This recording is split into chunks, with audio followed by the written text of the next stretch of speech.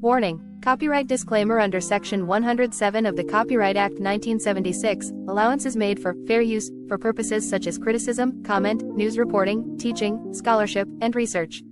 Fair use is a use permitted by copyright statute that might otherwise be infringing. Nonprofit, educational, or personal use tips the balance in favor of fair use. If we were white, if we were Irish, if we were Jewish, if we were Poles, if we had, in fact, in your mind, a frame of reference, our heroes would be your heroes too. Nat Turner would be a hero for you instead of a threat. Malcolm X might still be alive. And everyone is very proud of brave little Israel, a state against which I have nothing. I don't want to be misinterpreted. I'm not an anti-Semite. But when the Israelis pick up guns, or the Poles, or the Irish, or any white man in the world says, "Give me liberty or give me death," the entire white world applauds. When a black man says exactly the same thing, word for word, he is judged a criminal and treated like one, and everything possible is done to make an example of this bad nigger so there won't be any more like him.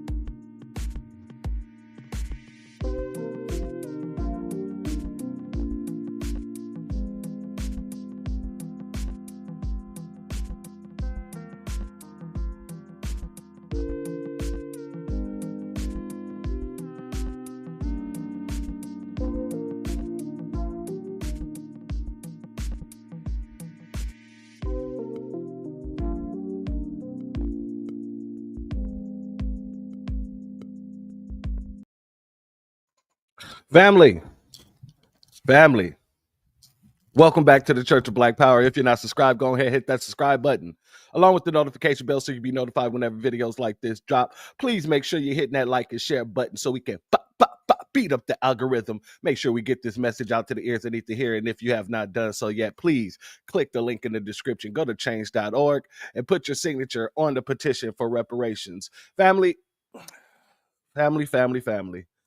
First and foremost, let me say this. I've been wanting to speak about this for a while. Unfortunately, let me go here. Excuse me. Unfortunately, we had a little hurricane tornado warning out here in Texas and Houston, more specific. And when the heavy winds came through, it kind of, I guess, messed with one of the towers. So my internet has been down for the past few days. Haven't even been able to use the internet from my phone. But we're here and we're going to make it work. I also want to give a salute to everybody, including the new followers, the new subscribers, because we just reached a threshold. We just hit over 1,000. So salute to all of you. Salute to the church, because, I am highly, highly appreciative of everything, all the contributions that you guys make and everything that you guys do to make sure that the Church of Black Power actually gets out to the ears that need to hear. Now, with that being said, family, Today I want to speak to you about Austin Metcalf. And I want to ask a question. I got to pose this question because there's a lot of nonsense going on all across the internet when it comes to this story. It's a lot of BS, okay? A lot of false information, misinformation, disinformation being spread around. And I want to talk about it because I have to ask the question. The question must be asked. Did Austin Metcalf receive the Ashli Babbitt treatment? Because in my eyes, in my humble opinion, our young brother Carmelo, not the basketball player, but with a K, our brother Carmelo Anthony, in my humble opinion, the brother's innocent. The brother was, exercising his right to self-defense, especially here in Texas, where the stand your grounds law is very clear in situations like this. And the stand your ground law is basically the law that states that you don't have to run off when being assaulted.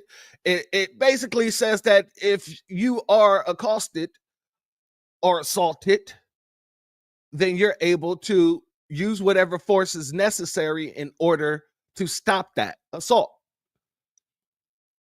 So in the state of Texas, where this situation happened in Fresno, if I'm remembering correctly, in Fresno, the young brother stood his ground. But I don't want to just speculate because this ain't a speculation channel. I want to make sure we actually get into some of the meat. Damn the bones. Let's just get into the meat of the situation. So I have the arrest report. We're going to go over the arrest report. We're going to go over a couple of articles I have here. And then I want to show a couple of clips that absolutely just sums up a lot of what's been happening here. So let's go here. Before we do that, let me give a shout out to everybody in the chat. Give a shout out to our sister, Miss Nisi, aka Hurricane Nisi. Thank you for being here, my sister. B1 to you. DSB, shalom. Shalom to you, my brother. Blessings to you, and thank you for being here. The big black guy, saluting, bless you. Thank you for being here, my good brother. Our sister Stolen Ancestors 1526. I appreciate you for being here, my good sister. Shalom and blessings to you.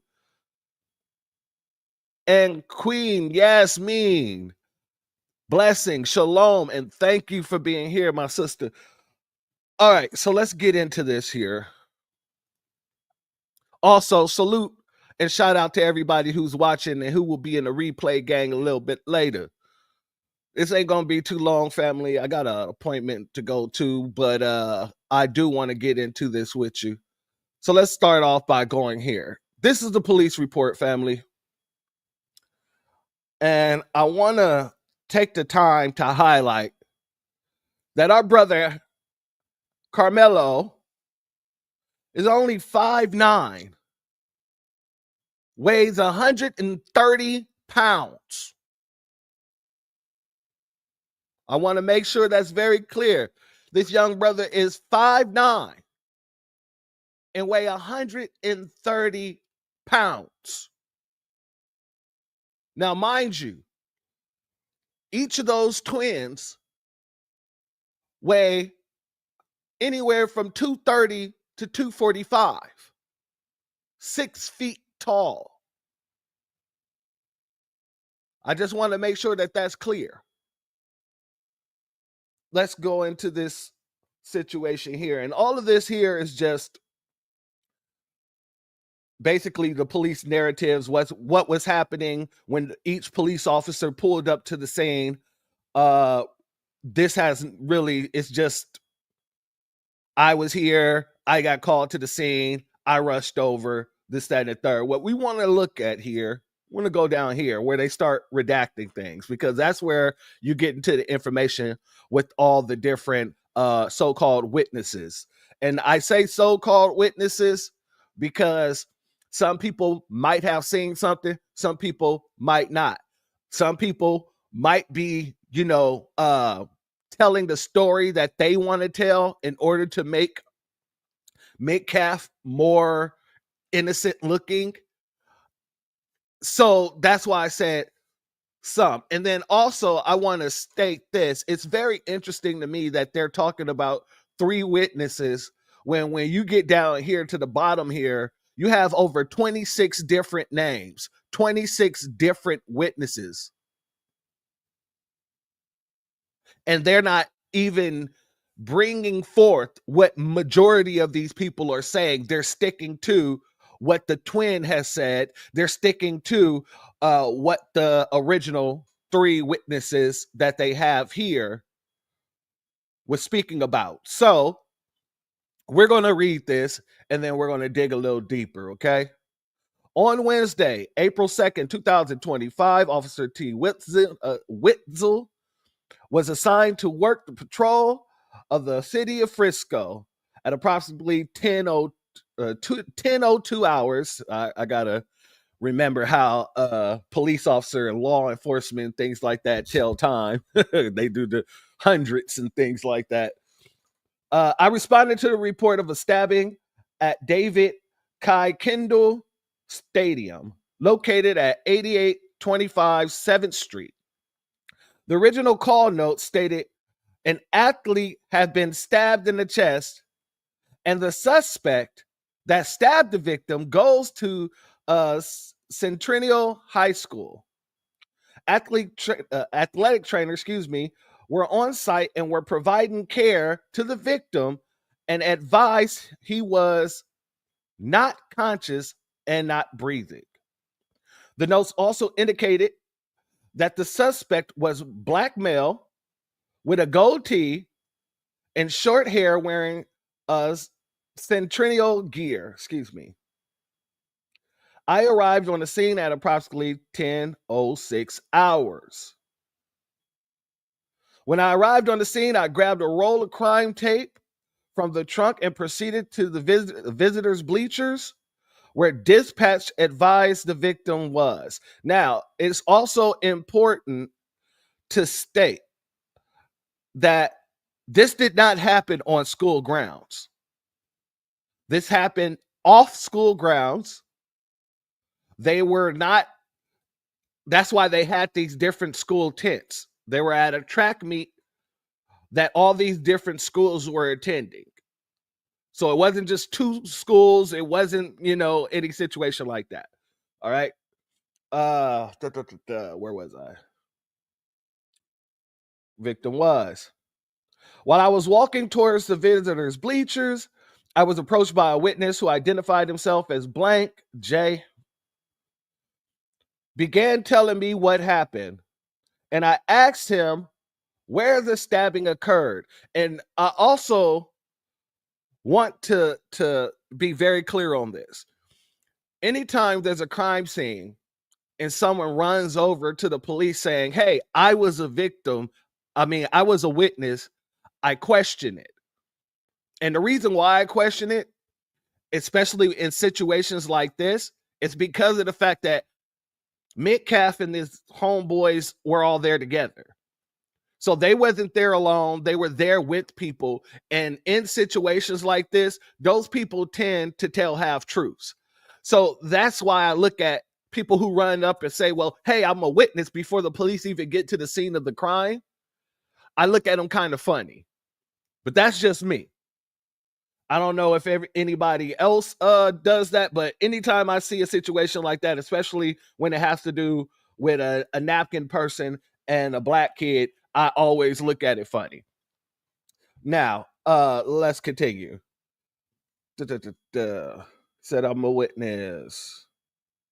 I immediately informed Sergeant Idols where the witness stabbing occurred and gave him the crime scene tape to start securing the crime scene. I then had blank move to the walkway under the visitors' bleachers out of the rain to speak further with me. The following is a summary of my contact with blank. advised he was sitting under Memorial High School pop-up tent with his team near the victim. Austin and the suspect, who was later identified as Carmelo Anthony was from Centennial High School and was sitting under the Memorial's high school tent. Austin had told Anthony that he needed to move. This is 100% Jim Crow crap. Austin had told Anthony that he needed to move out from under their team's tent, and Anthony grabbed his bag, opened it, and reached inside and proceeded to tell Austin, "Touch me and see what happens." Here's something that a lot of people isn't mentioning. As somebody who grew up as a foundational Black American, we don't just say, "Touch me and see what happens." Usually, we say, "Touch me and see what happens" when someone threatens to do something to us. We don't just out of nowhere say, "Touch me and see what happens."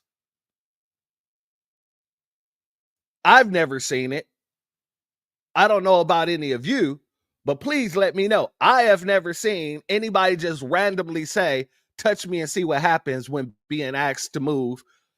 It's most likely that someone said something along the lines of this: "Hey, you're going to need to move. And if you don't move, I'm going to move you." Which then would lead to someone saying, "Touch me and see what happens." That's how that seems like it went, in my opinion. It says no one really thought that Anthony really had any weapons in his bag, and Austin proceeded to touch Anthony. That right there, that's all you have to do. That right there is assault. Touching somebody without them warranting you to touch them is assault. Period. We don't even need to go any further than this. And then told Anthony, Anthony then told Austin to punch him and see what happens. A short time later, Austin grabbed Anthony to tell him to move. Okay, so it says here, no one really thought that Anthony had a weapon in his bag, and Austin proceeded to touch him. So did he proceed to touch him here? Or did he proceed to touch him after he said, "Punch me and see what happens"? That's very conflicting. Because at that point in time, he would have already touched the dude. So if he touched him already, and then Austin said, "Okay, touching ain't enough, hit me and see what happens," there must have been more dialogue in this situation that people is not telling us about. There's a lot more dialogue that we're not getting out of this police report. A short time later, Austin grabbed Anthony to tell him to move, and Anthony pulled out what Blank recalls as a black knife and stabbed Austin once in the chest and then ran away. That seems like someone who was trying to evade people who were assaulting him. He stabbed him once and ran off. It wasn't repeated, so it wasn't a crime of passion. All right. That's interesting. All right. So, ran off after stabbing him in the chest. Austin began grabbing his chest and telling everybody to get help. Advised he did not know Anthony's name, but stated another Memorial Track member, EP, was friends with Anthony and he could identify Anthony. Blank described Anthony as a black male, skinny, and possibly a goatee. short, puffy hair, and wearing a Centennial high school clothing. This concluded my contact with blank. Okay. And then I was instructed to start a crime scene log. I retrieved a crime scene log from the patrol vehicle and began starting the crime scene log. I was later revealed. I was later revealed by OFC, who took over the crime. He was relieved. Excuse me, not revealed, relieved. All right. So let's move here to the next one. On Wednesday, April 2nd, 2025, at about 10:05 hours, Officer Fisher dispatched. When I arrived to the crime scene, I was already marked off. Excuse me, it was already marked off, and suspect was in custody. I began asking people if they were witnesses to anything. I made contact with Hunter M. and then EP.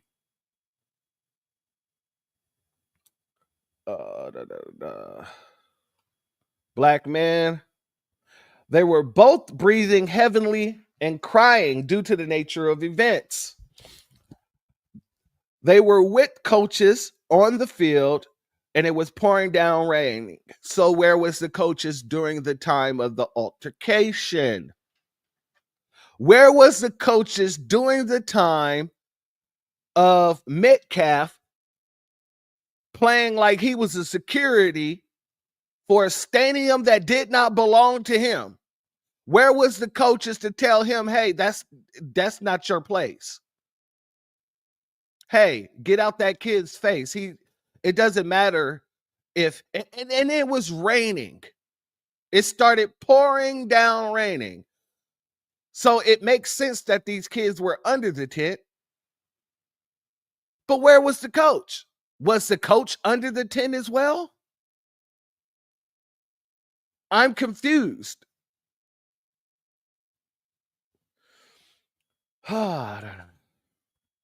We made the decision to relocate to the locker rooms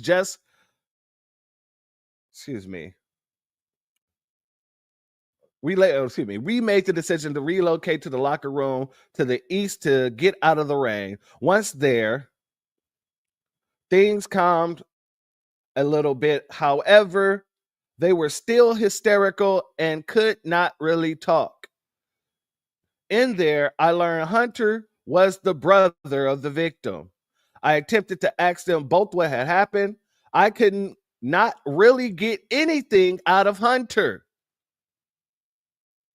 Interesting.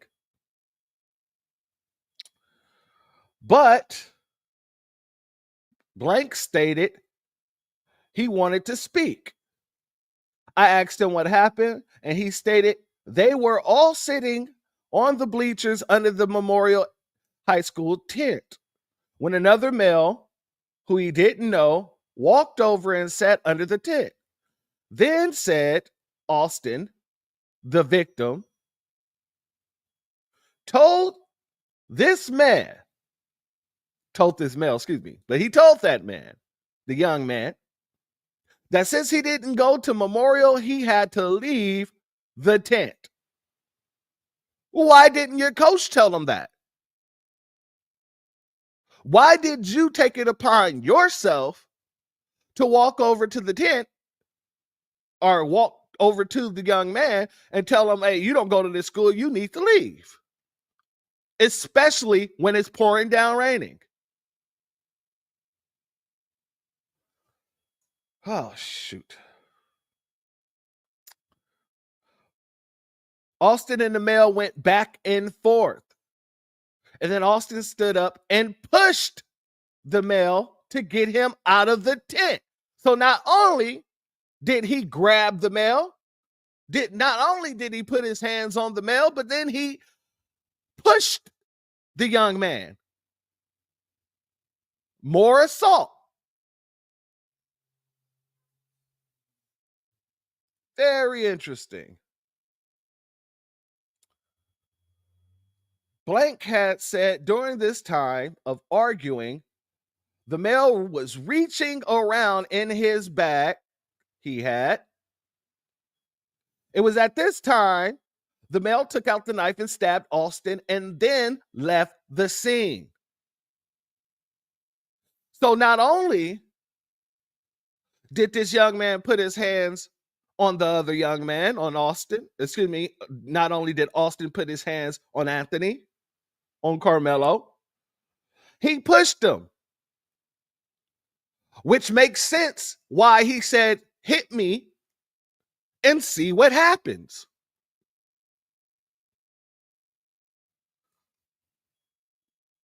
Let's continue.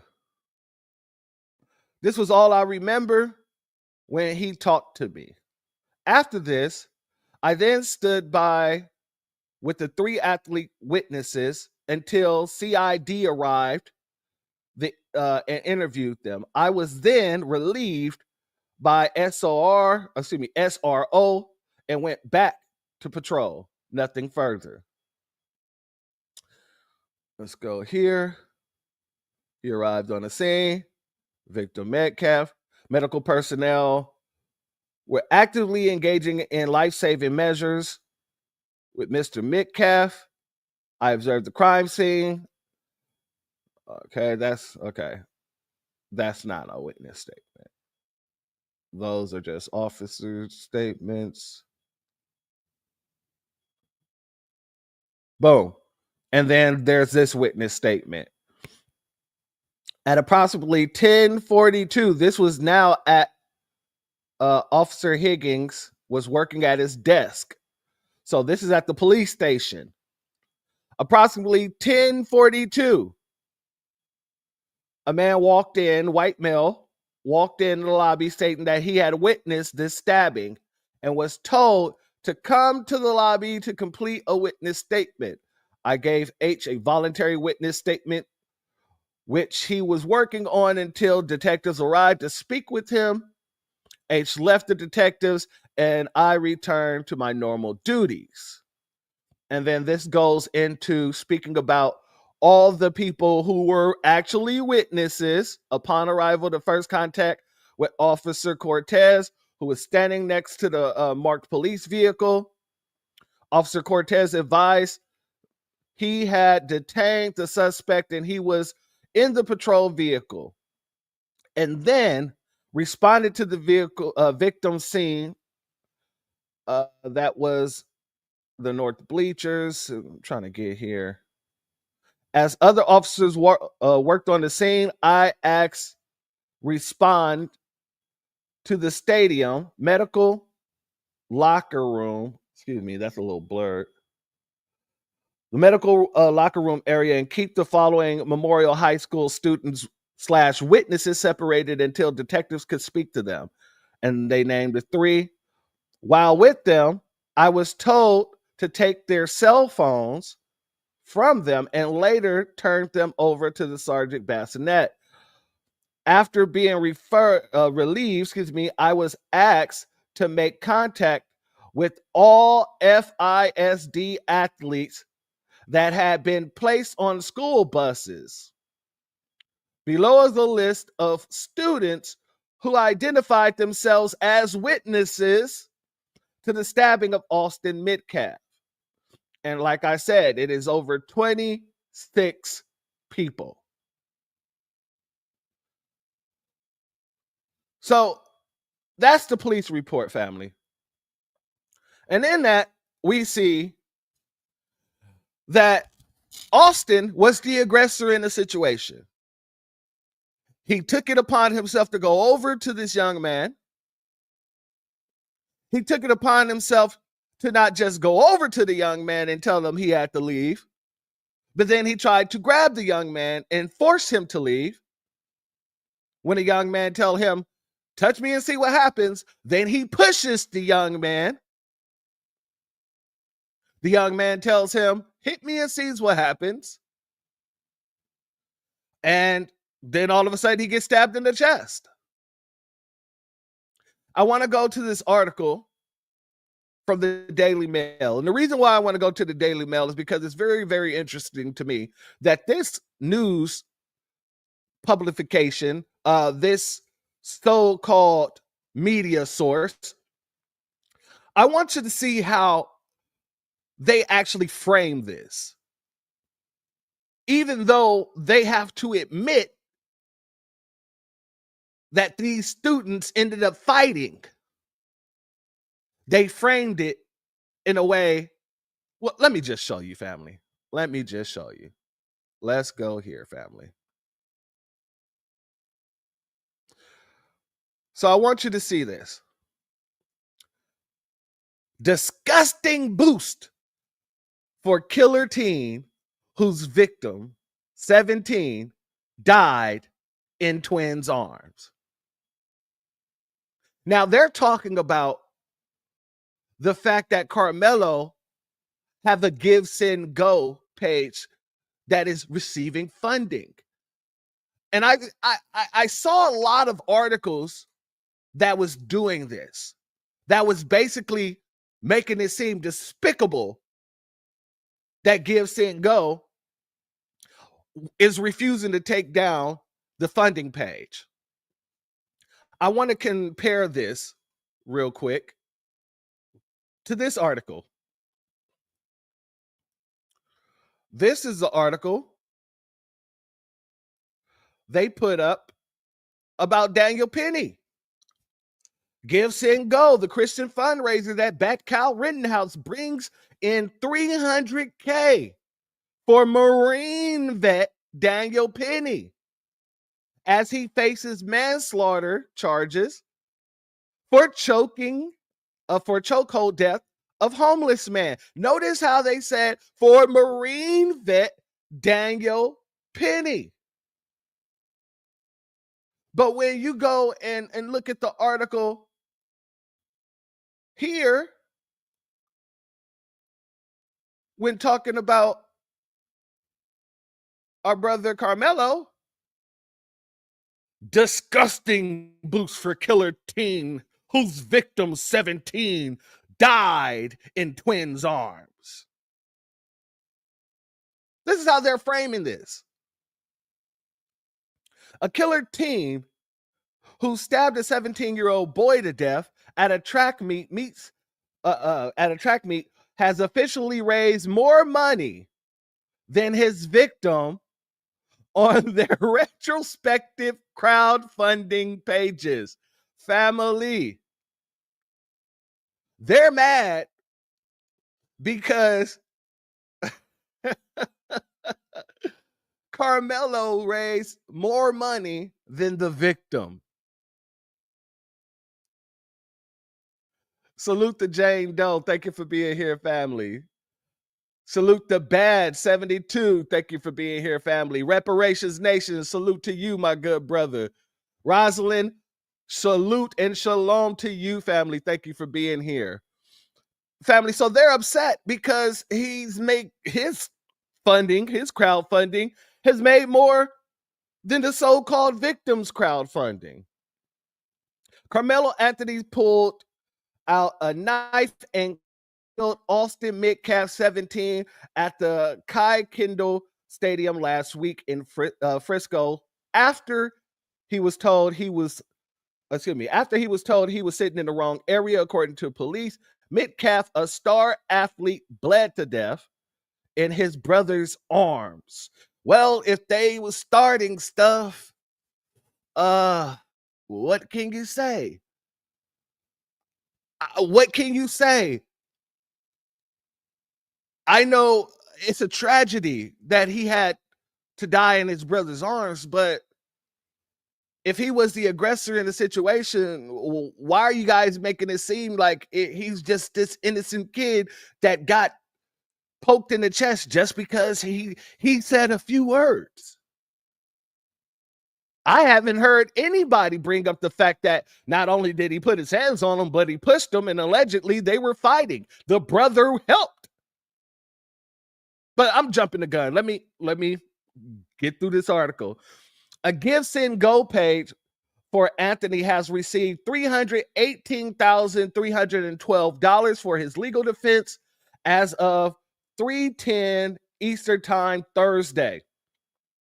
He doesn't deny killing Metcalf and said it's not alleged I did it after his arrest, but claims he acted in self-defense. Well, what else could it be called? If someone puts his hands on you and you ask him not to, and then he continues to, and then you tell him, hey, you give him another warning saying, hey, keep your hands off me, big fella, and he continues to try and put his hands on you, what would it be called? And you're 130 pounds soaking wet. I'm just asking for a friend. That's more than the $318,293 raised by the main donation page for Austin's family. They're crying over $60-something. If that. $40-something. A $40-something difference is what they're crying about.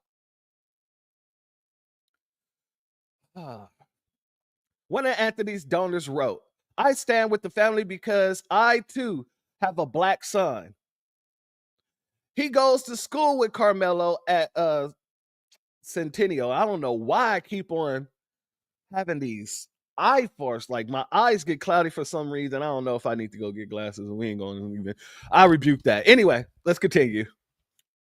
He says the boy is respectful and kind. So I stand by this family because it could have been my son. You know what's funny?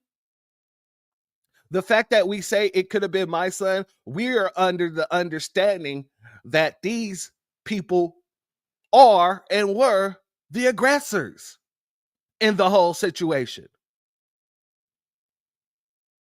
And our children may have had to do the same thing. We wouldn't be saying it could have happened to my son if we didn't understand that these people are running around here continuously acting like it's Jim Crow, continuously thinking that they have the right to say and do anything if you're black in America. They added, I'll donate every time I get paid. I'm sowing a seed. Absolutely. Why? Because if we don't, he won't see justice. And I hope that if my son needed help, he'd get it. Salute to that person. 100% salute to that person. The Frisco community and the nation at large have been divided over the case, with misinformation spreading online. Yeah, and most of the misinformation is coming from the napkin folk. A spokesman for Anthony was forced to deny that the accused killer had been bullied by Metcalf before the fatal confrontation at the match. The two boys had never met each other before the killing. It was confirmed on Wednesday. And here's the thing, family. When people are saying that Metcalf was bullying Anthony, it's not saying, oh, well, they knew each other before the meet and he was known for bullying Anthony, Carmelo. That's not what it's saying at all. What it's saying is that what led up to the stabbing, the poking, was the fact that Austin was sitting there bullying Carmelo at that time.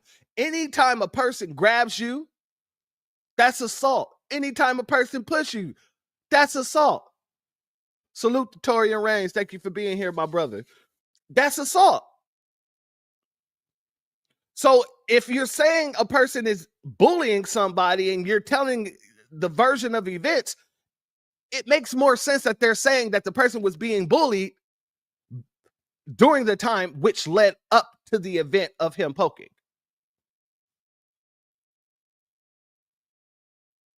Let's get here. The disinformation that is going online is hurting the case and has to stop. As we know right now, Austin Metcalf and Carmelo Anthony did not know each other, said Dominique Alexander, who works with Next Generation Action Network. And I'm looking into them right now because I don't know who the hell they are, but I need to know who they are. Carmelo Anthony has a right to a fair trial, unbiased, and removed from racial hate and bigotry, he added at the press conference held Tuesday. The spokesman also said that Anthony's family can't leave their homes after their address was leaked online, leading to graphic and racial threats. They have been sent images of Black children with knives stuck in their head, Alexander said. The spokesman addressed the community after some of Anthony's online supporters claim there was more to the story of the stabbing and said without evidence, the teen has been bullied. Family, like I said, I think of it as if they're saying the teen has been bullied, it was talking majority of that situation during that time. I don't think that they were talking about, and this is just my opinion, I don't think that they were talking about previous to that day. The Supreme Court has said nothing, The Supreme Court has said not only can you not seek the death penalty against someone who committed a crime when they're 17, you can't even get life without parole. So all these people running around here talking about how he's going to end up getting the death penalty after the facts come out, this, that, and the third. That just goes to show you that none of these people knew what the hell they were talking about, because this article and the Supreme Court had already stated that if you're 17 years old, you can't seek the death penalty, nor can you seek life in jail without parole.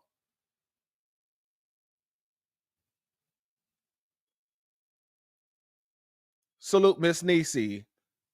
Remember on Black Alpha's Live on Friday that the organization was exposed as the flag organization, frag organization. Yeah, a fragment of the Democrats, the Demos. Yeah, I do remember that. But I want to get more information on the person running it. That's what I meant. So let's go here, family, because I posted this link at the top of the chat, family, of our Brothers Give, Send, Go campaign. So if you want to donate, please make sure you hit that link and do so. But I wanted to show you this because it's giving insecurities. It's giving hatred. When I went to search our Brothers Give, Send, Go, I came across this here. It didn't go directly to the page. It brought me here. And if you look right next to it, this one here, protest Carmelo Anthony. Let's get into what this is supposed to be about. Notice, $0. Daniel Penny did not get presumed innocent. Really? The man who strangled a homeless man who had mental issues and then got to go home, he didn't get presumed innocent? Interesting. Kyle Rittenhouse did not get presumed innocent. didn't take the life of another race, yet was labeled a white supremacist. Derek Chauvin did not get presumed innocent. All of these people were presumed innocent. George Zimmerman did not get presumed innocent. Travis McMichael, Gregory McMichael, and William Bryant did not get presumed innocent. Derek Wilson did not get presumed innocent. Family, these people live in a delusional world. They live in the psychoses that we can't afford to live in. This is what white privilege looks like. This is what I'm white and I say so looks like. And shout out to the big black God. Thank you for your Cash App, family. Your donation is blessed tenfold. I appreciate your contribution. This is what I'm white and I say so look like. And a lot of us ain't going for it. A lot of us haven't been going for it. A lot of us been calling it out because let's be honest here. If we don't do it, who in the hell will? It won't be the dominant society. It won't be the coons. It won't be none of the buck dancing, tap dancing, rocket raccoons, I tell you that much. So one of the allegedly, we don't know this for certain, family, but I'll be remiss if I didn't play this.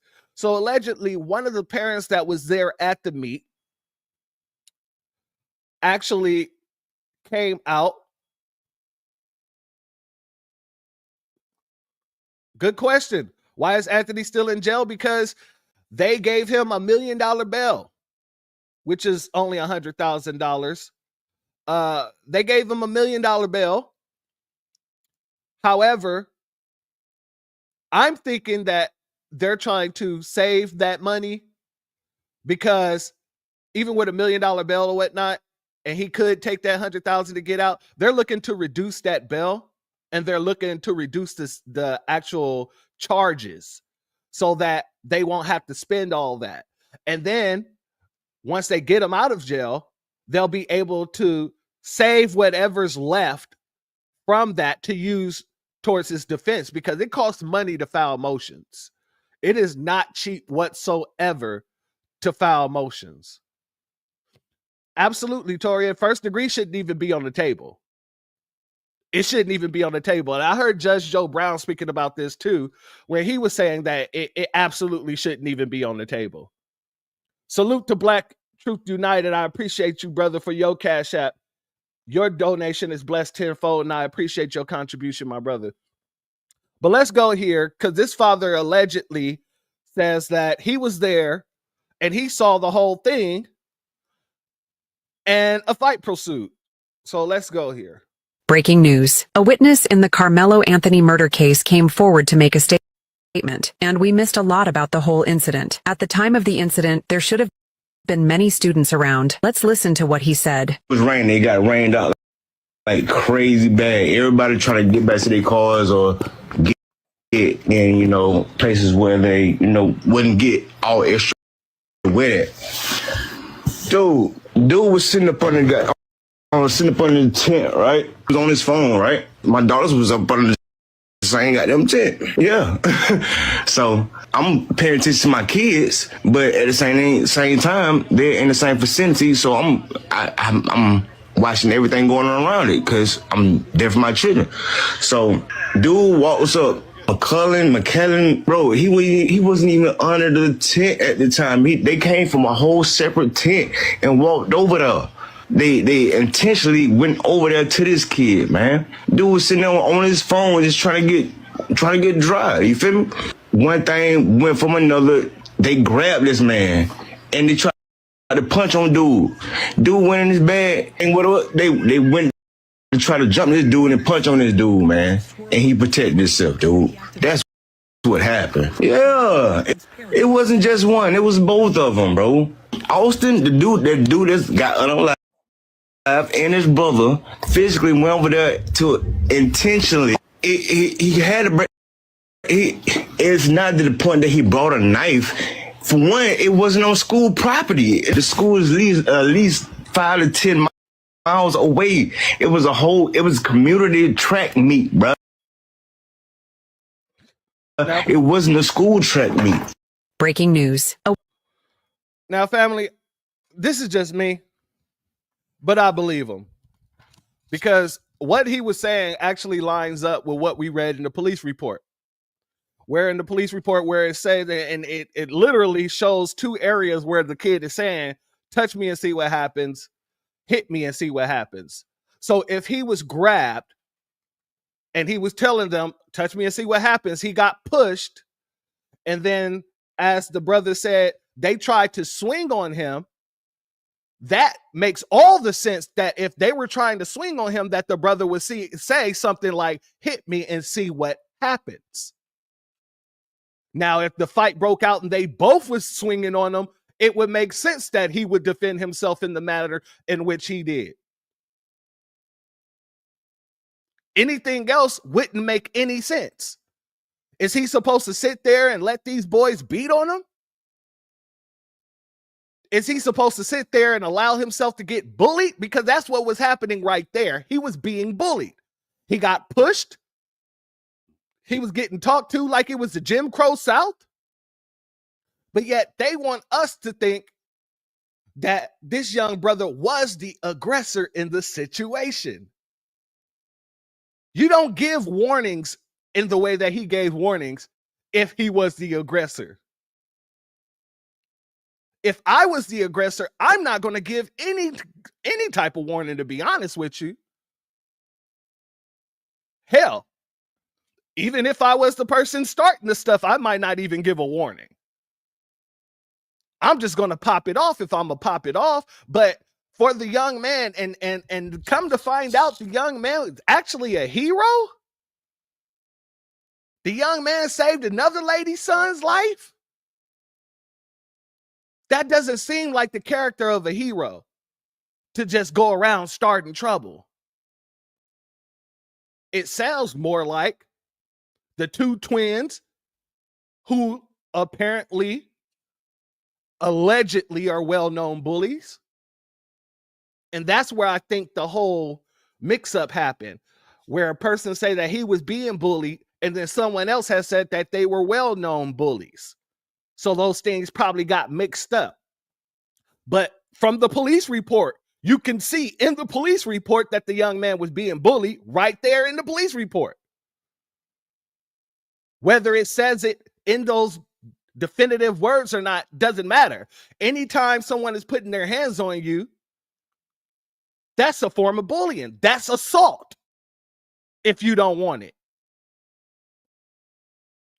So now you got these napkin folk running around here talking about why are black folks standing and saying it was wrong? He stabbed someone in the chest, and we're out here just giving them the logic. Like, wait a second, no. We're not going to allow you to just spew all this nonsense. Where are you guys when Daniel Penny was choking out a homeless, mentally ill man? Where are you guys when Derek Chauvin stuck his knee in George Floyd's back for over 8 minutes on his neck? Let's go here, family. Let's go here. Where are all the black leaders, the black male leaders out there condemning this young man, Carmelo Anthony, who murdered a 17-year-old football star over no reason, stabbed him in the heart? Where are all the white male leaders when their children are taking automatic weapons to school and murdering innocent children and teachers? Where are all the white male leaders when these thousands upon thousands of Catholic priests are found to have been raping and molesting children? According to FBI statistics, white men are the biggest threat to children, not just in the USA, but all across the world as it pertains to child molestation, trafficking, pornography, and production of child pornography. Where are all the white male leaders? Black men are the highest convicted in crime because of racial disparities, but white men, according to FBI statistics, commit the most violent crimes. Where are the white male leaders? I 100% think that what happened was disgusting, and that young man did not deserve to lose his life. But what we're not going to do, honey, is we're not going to play these white nationalist talking point games. That's what it is. We ain't gonna go around here pointing the finger, talking about where are all the black folks who's against this? Where are all the white folks who's against all the things that happens to us? And we've done nothing. This kid was minding his own damn business under a tent because it started pouring down raining. But a lot of people is leaving that part out too. You even got, and I'm going to be very clear on this. I want to make sure I don't say this in the wrong way. You got people running around here calling this kid a murderer, but they are defending Kyle Rittenhouse. So for the people who are standing on business and saying, no, we're not going to let you talk bad on this young man, Carmelo Anthony, I salute all of y'all. I salute all of y'all. I even salute the people who's not a part of our community who's coming out and saying, oh, what I originally heard was incorrect. Here's what I actually found out. Let's go here, family.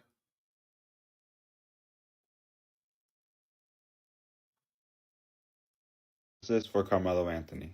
If you guys have not been keeping up with the news, last week Carmelo Anthony fatally stabbed Austin Metcalf at a track meet at school. In my opinion, it was self-defense, but my opinion or anybody else's opinion won't change the truth or the outcome of the truth.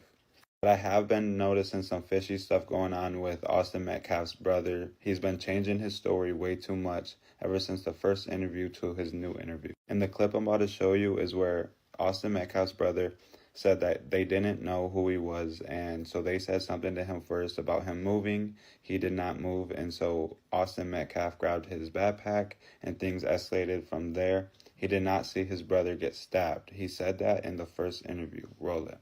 Before I knew his name now, this kid was sitting under our tent at track.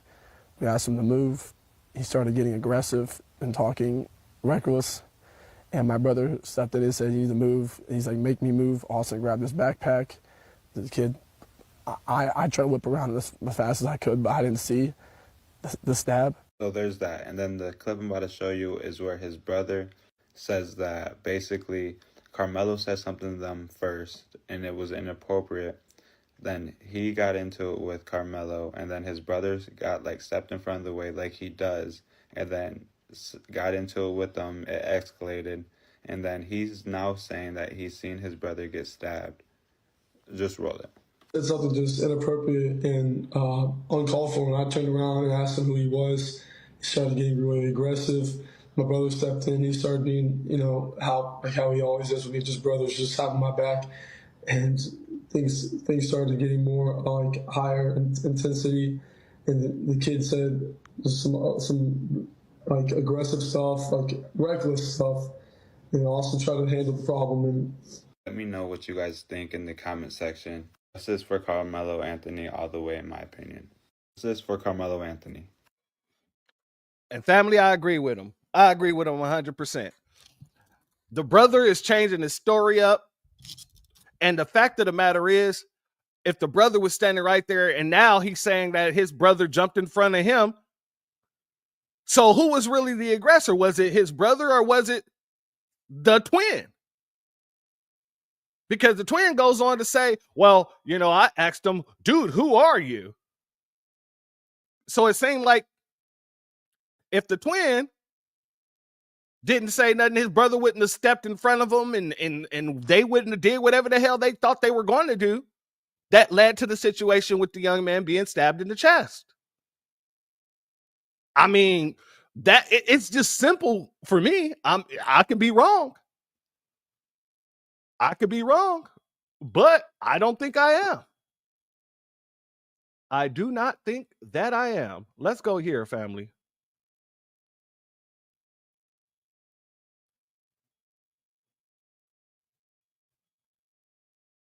I tell you, I am super shocked with this whole Carmelo Anthony story coming out of Frisco, Texas. First of all, the Dallas, Texas media, which is usually pretty fair and balanced, they left all that at home. And they made this look to be all race bait. I mean, just clickbait, race bait. They have Carmelo Anthony, a young black kid who violently stabbed a star football player at a track meet in Frisco, Texas. And by the way, Frisco, Texas is the move to city for industry. I mean, hell, it's got a $500 million Dallas Cowboy training facility there. It's got the shops at Legacy. It's got the Toyota plant. It's got Disney moving there. Disneyland is going to be in Frisco, Texas. Very well to do, multi-million-dollar homes, Fortune 500 businesses. That's just Frisco. Now, this was happening at the high school, all right? And it was a track meet. The media hasn't even said that Carmelo Anthony was actually participating in the track meet. He's part of the track team. The two football players, the two twin brothers, they're not on the track team. They weren't even supposed to be there. And it's not uncommon. But I sat back enough and I watched enough and I got from all different sides, and I knew it was going to come out. I knew it was going to come out. The truth is now shown that there were multiple witnesses to the assault. Carmelo was under the tent. They wanted him to move. There were other students there. There were friends of his there. There were other schools there underneath the tent. But the twins wanted Carmelo to move out into the rain. Right? He said no. So they started to assault him. But before they assaulted him, they took his phone. They threw it to the ground and they stomped on it. They threw his belongings to the ground. And then they started to assault him. This is when he defended himself. Now, family, I don't know if he was there or not. I doubt that he was. But the way that he's explaining it is exactly the way that the father who said that he was there explained it. He talked about how they took his phone from him and stepped on it or something like that. So it's kind of, tying in. It's all going to come out because the children have social media presence also. So do their parents. And these kids are going to end up lawyering up because they're going to have to testify. But it's all going to come out. And I'm going to bet my money that everybody points to the twins as the aggressors. Violently aggressing. Now, these twin football players, they both weigh 218 pounds. So you have a combined weight of almost 440 pounds beating on a 170 pounder. That's way mismatch. That's self-defense on any day. But we'll get all to that. That'll all work itself out. I want you to look at this. This is the father of Austin Metcalf, the young man who lost his life. And that's a tragedy in and of itself. But he lost his son's life. Now a family has to prepare for a funeral, the mourning, the grieving, missing work. But I don't know anybody who is in mourning and sits there and says, well, I got to prepare for my son's funeral. I'm going to have to miss a couple days at work. I don't know what to do. Oh, let me go start a GoFundMe for $250,000. Who needs $250,000 for a funeral? And right now, it's currently at $210,000. $210,000. Just on a side note, does this look like the face of an innocent kid? Be honest. I'll wait. You let me know. Don't worry, I'll wait. Shout out to PD. Thank you for being here, family.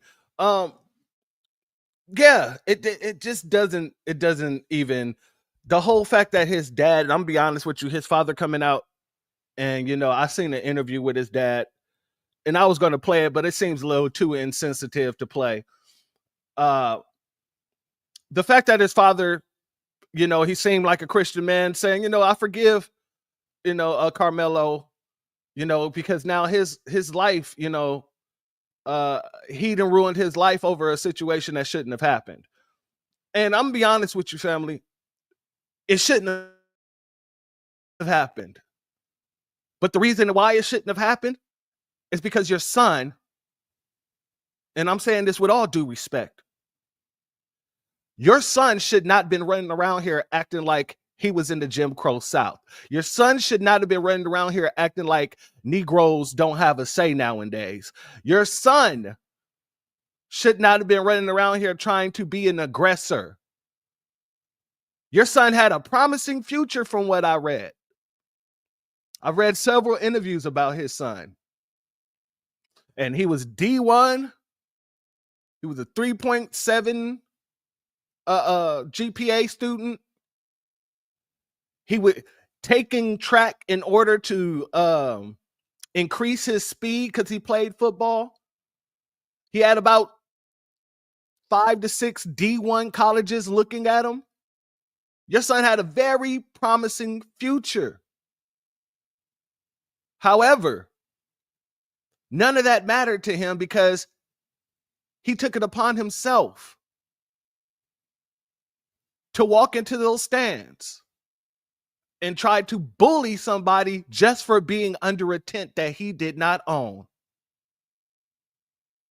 And many of the people, and I see you in the chat, family, that was asking the question, many people are asking the same question. If they were under the tent, how did the whole situation end up at the top of the stands?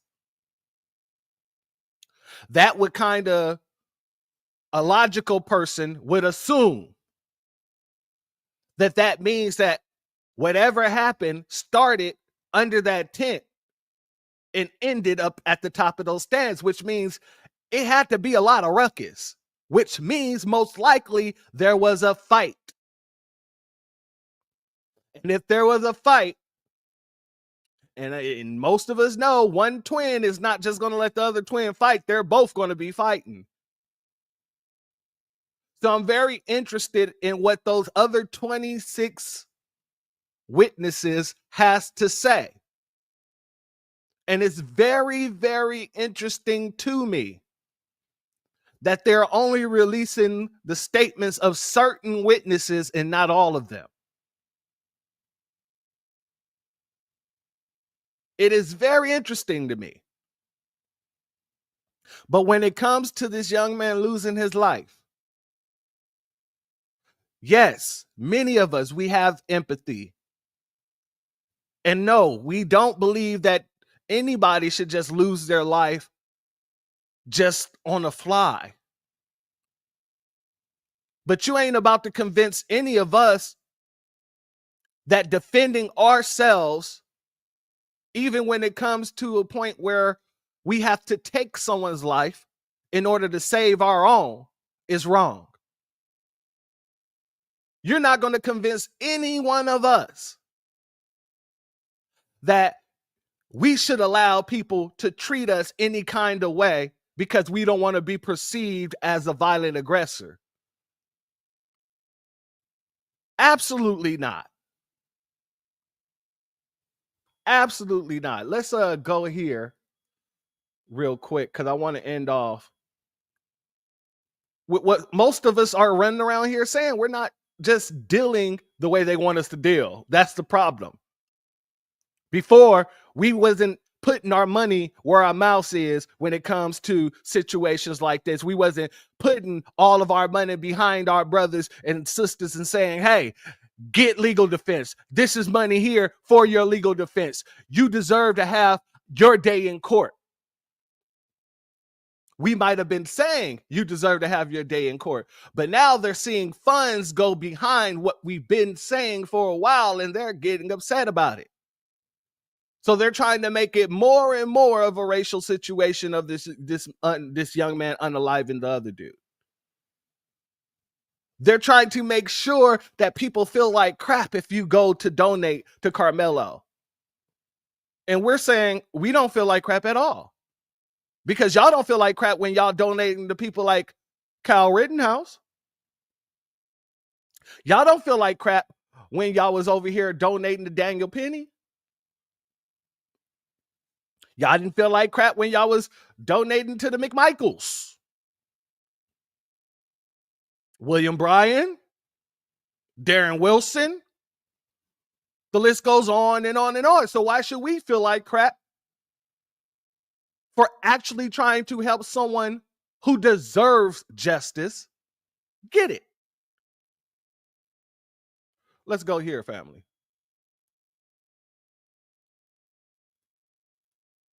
I'm sorry, I'm confused. Carmelo Anthony is at track practice, and he gets approached by the Metcalf twins, known bullies, allegedly. They tell him to move from their tent, which is not at their practice. And then the twins said that he began to mouth off, which means that he was, I guess, not listening to them. The fight ensued. Your brother got poked, unalive. He deceased now, unfortunately. And y'all crying. But it was 2-on-1. That's self-defense.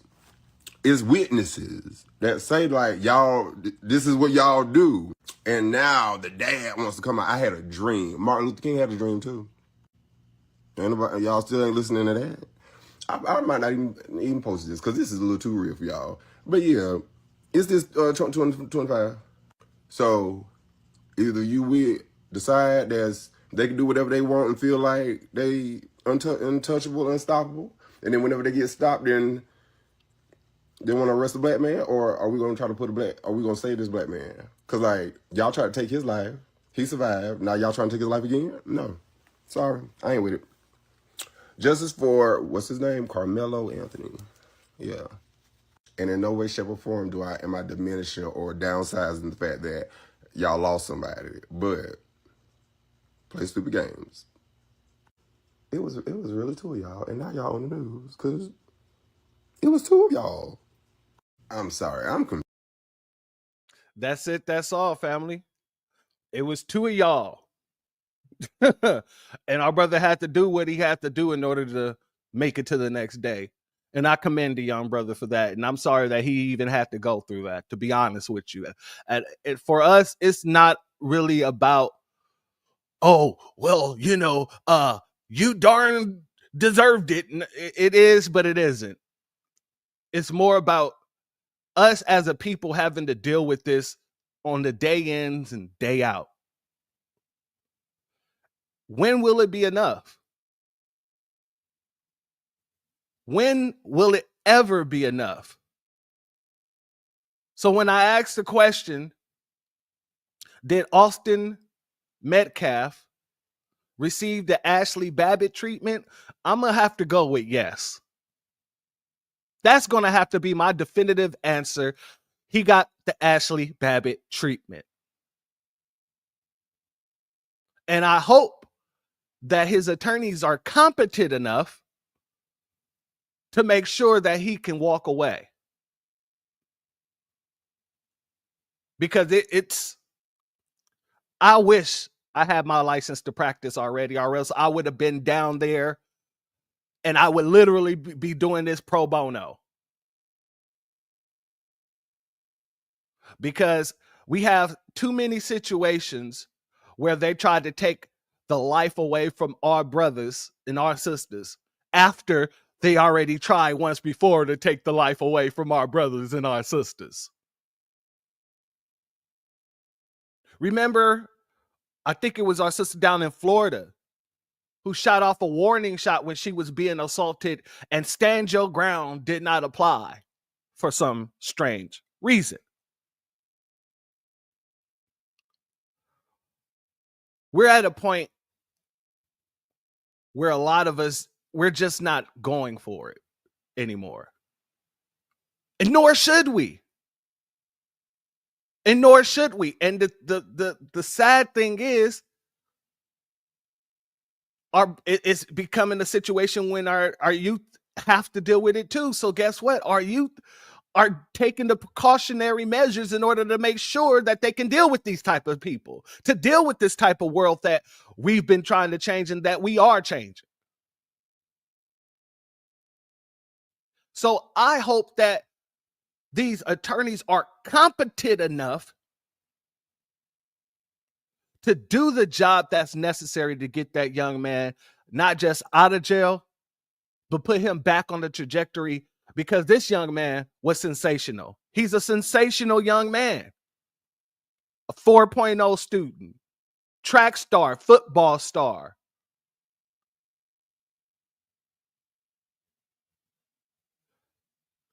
I just hope that they do everything in their power and whatever it takes to get that young man out of there.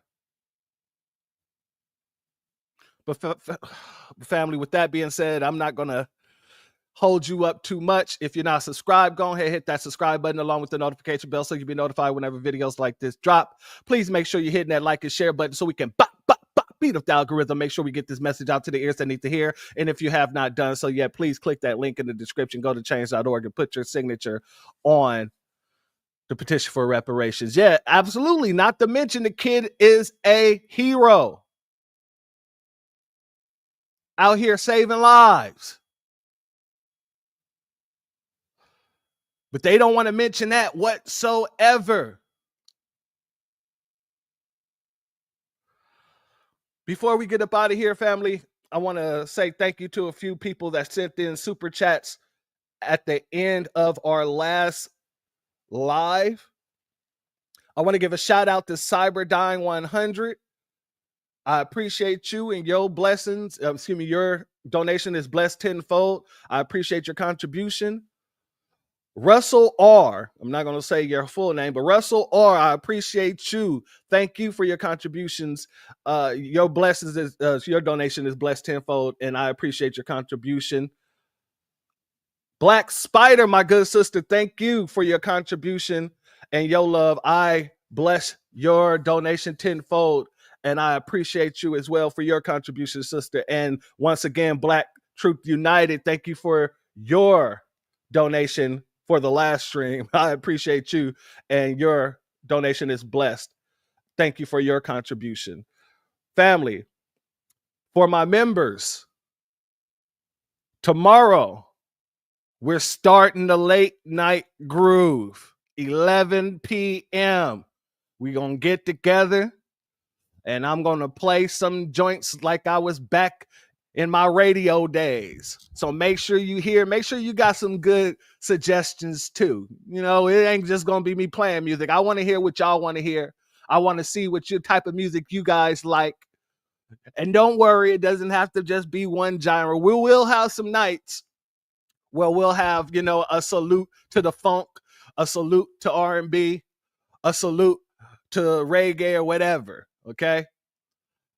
But for this night, tomorrow night, 11 p.m., we're going to have a variety of different genres. So come on in, make sure you got your little wine or whatever, and have some fun with us, family. But with that being said, family, the doors of the church are now closed.